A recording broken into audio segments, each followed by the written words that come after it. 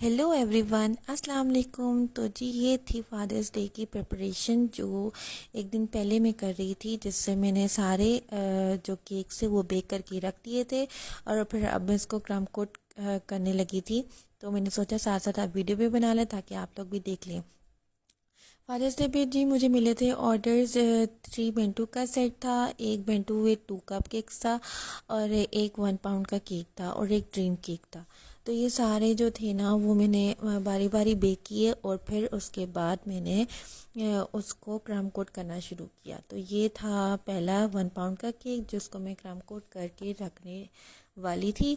अच्छा, इस दफ़ा ना मैंने चॉकलेट फज की सारी ऑर्डर्स रिसीव भी किए थे और लेयरिंग भी उसमें की थी, क्योंकि जब बहुत सारे ऑर्डर्स एक ही दिन में होना तो बहुत मुश्किल हो जाता है डिफरेंट डिफरेंट फ्लेवर्स को, डिफरेंट डिफरेंट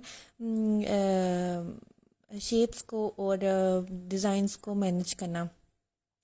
तो इसलिए मैंने सारे चॉकलेट फज फ्लेवर्स ही लिए थे ताकि मुझे आसानी भी हो जाए। अच्छा, एक और बात कि जब हम चॉकलेट ये फ्लेवर एक लेते हैं ना, तो जब ऐसा कोई इवेंट होता है ना तब हमें डिज़ाइन भी एक ही लेना चाहिए, क्योंकि ऑर्डर ज़्यादा होते हैं और फिर मैनेज करना मुश्किल हो जाता है, क्योंकि एक क्रीम लगाओ फिर उसके बाद उसको रखो वापस, क्योंकि आजकल गर्मियाँ भी चल रही हैं। तो ये सारी चीज़ें हम एक साथ नहीं कर सकते कि क्रीम कोट के रखी जाओ और फिर उसके बाद उसको क्रीम की लेयरिंग कर लो। ऐसा नहीं हो सकता गर्मियों में, क्योंकि हम लोग ना।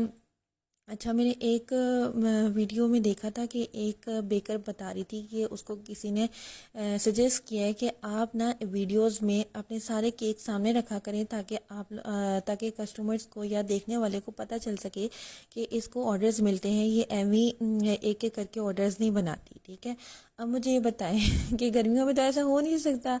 गर्मियों में तो सारे केक्स अगर हम सामने रख के बनाएंगे तो सारा कुछ मेल्ट हो जाएगा और हमारी तो फुस हो जाएगी तो एक एक करके रखना पड़ता है, ग्राम कोट करके फ्रीज़र में। अच्छा, फ्रिज में भी नहीं होता, फ्रीज़र में रखना पड़ता है। मैं इसको एक को ग्राम कोट करके ये देखिए मैंने इसको फ्रीज़र में रखा जाके, फिर दूसरे की बारी है, इसको मैं ग्राम कोट करूँगी, इसको भी जाकर फ्रीज़र में रख दूँगी। फिर उसके बाद जब क्रीमिंग की बारी आएगी ना, क्रीमिंग की बारी भी ऐसे ही होता है कि एक को बाहर निकालो, उसकी क्रीमिंग करो, उसके बाद उसको वापस रखे और सेट होने के लिए थोड़ा, फिर उसके बाद उसके ऊपर डेकोरेशन होती है। इतना मुश्किल काम होता है ना कि आपकी सोच है। तो अब तो मैंने तैयार कर लिया कि आपको नेक्स्ट कोई इवेंट आएगा ना तो मैंने एक ही तरह की डील लगानी है, मतलब एक ही कलर कॉम्बिनेशन की, ताकि मैं उसको अच्छे से मैनेज कर सकूं। अब पता है क्या हुआ था कि मेरे पास ऑर्डर्स थे बहुत ज़्यादा और मुझे पूरी रात लगी थी बनाते बनाते, और मेरा केक का जो काम था वो ख़त्म ही होने पे नहीं आ रहा था।